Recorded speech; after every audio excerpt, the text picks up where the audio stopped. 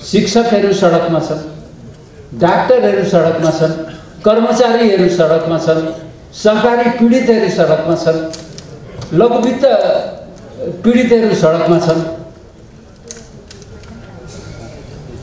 एउटा देशको अर्थतन्त्र नाजुक छ। संविधानलाई पनि यो सरकारले स्वीकारेको देखिने। संविधानले भनेको छ राष्ट्र ब्याङ्कको गभर्नर 1 महिना पहिले गएर तिमीहरू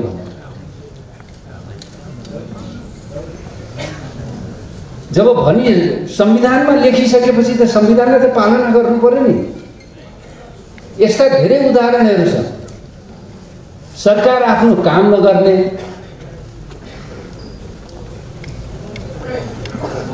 अघि सायद विमल कोइरालाजीले भन्नुभयो, डाक्टर विमल कोइरालाजीले यो सरकार बलियो हुनु पर्यो भनेर भन्नुभयो नि। बलियो भनेको निरङ्कुशता होइन, त्यो बुझ्नु पर्यो। सरकार कतै निरङ्कुशतातिर गइरहेको छ कि भन्ने चिन्ता हामी सबैलाई लाग्न पर्यो। डेमोक्रेसीका नर्म्सहरू, साधारण नर्म्सहरू पनि हामीहरूले एक्सेप्ट गर्न हिँड्न सकिरहेको अवस्था छैन। नेपाली कांग्रेसको कुरा गरौँ, भातृ संस्थाहरू लथालिङ्ग छ। अधिवेशन 82 को मङ्सिरमा हुने भनेर हुनुपर्ने हो, हुन्छ हुँदैन, कोही नेतृत्वहरू पदाधिकारीहरू बोल्नुहुन्न।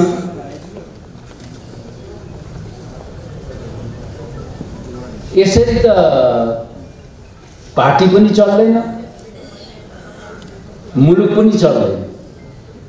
को प्रधानमन्त्री हुने, को मन्त्री हुने सित अहिले जनतालाई सरोकार छैन जस्तो लाग्छ मलाई। म सडकको जनताको कुरा गर्दैछु, तपाईँ हामीहरूको पनि कुरा गरिरहेका होइन। तपाईँहरू हामीभन्दा धेरै सडकमा हिँडिरहनु भएको छ। सडकको जनताले, नागरिकले धेरै कुरा खोजेका छैनन्। उनीहरूले खोजेको तिमीहरू भ्रष्टाचार रोक, गर्न नदेऊ। प्रधानमन्त्रीजी हरेक दिन भनिरहनु भएको छ म भ्रष्टाचार गर्दिनँ, गर्न पनि दिन्न। तर भ्रष्टाचार रोक्ने संस्था कति कमजोर छ भनेर अघि डाक्टर विमल कोइरालाजीले बताइसक्नुभयो। यो किन भइरहेको छ? किनभने ती संस्थाहरू, जो संस्थाहरूले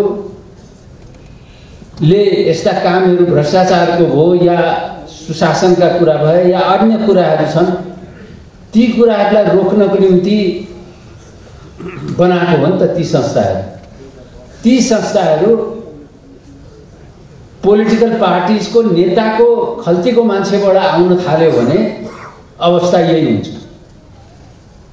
हामीहरूले यो कुराहरूलाई अब पनि हामीहरूले रोक्न सकेनौँ भने नेपाल अत्यन्त अप्ठ्यारो परिस्थितिमा गइसकेका छ भन्ने कुरा त अर्थविदले भनिसक्नुभयो। अघि तपाईँले सुनिसक्नुभयो, मैले भनिरहनु पर्ने छैन।